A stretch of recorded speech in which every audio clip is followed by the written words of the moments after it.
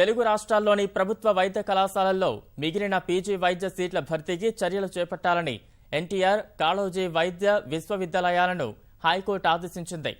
మిగిలిపోయిన సీట్ల భర్తీకి ఈ నెల 23న కౌన్సిలింగ్ జరపాలని తేల్చి చెప్పింది. వెబ్ కౌన్సిలింగ్లో అక్రమాలు జరుగుతున్నాయని, ప్రైవేటు విద్యాసంస్థలు అమ్ముకునేందుకు వీలుగా కన్వీనర్ సీట్లు నిలుపుదల చేస్తున్నారంటూ దాఖలైన వ్యాజ్యంపై హైకోర్టు ధర్మాసనం విచారణ చేపట్టింది. 2 వర్సిటీలు చెరోవైపు కౌన్సిలింగ్ చేయడం వల్ల పలు సీట్లు మిగిలిపోతున్నాయని పిటిషనర్, న్యాయవాది వాదించారు. నిబంధనల ప్రకారమే కౌన్సిలింగ్ జరుగుతోందని, ఎలాంటి అవకతవకలు లేవని ఆంధ్రప్రదేశ్ ఏజీ వాదించారు. ఇప్పటికే పూర్తయిన కౌన్సిలింగ్లో జోక్యం చేసుకోలేమన్న హైకోర్టు మిగిలిపోయిన సీట్ల భర్తీకి చర్యలు చేపట్టాలని పేర్కొంది.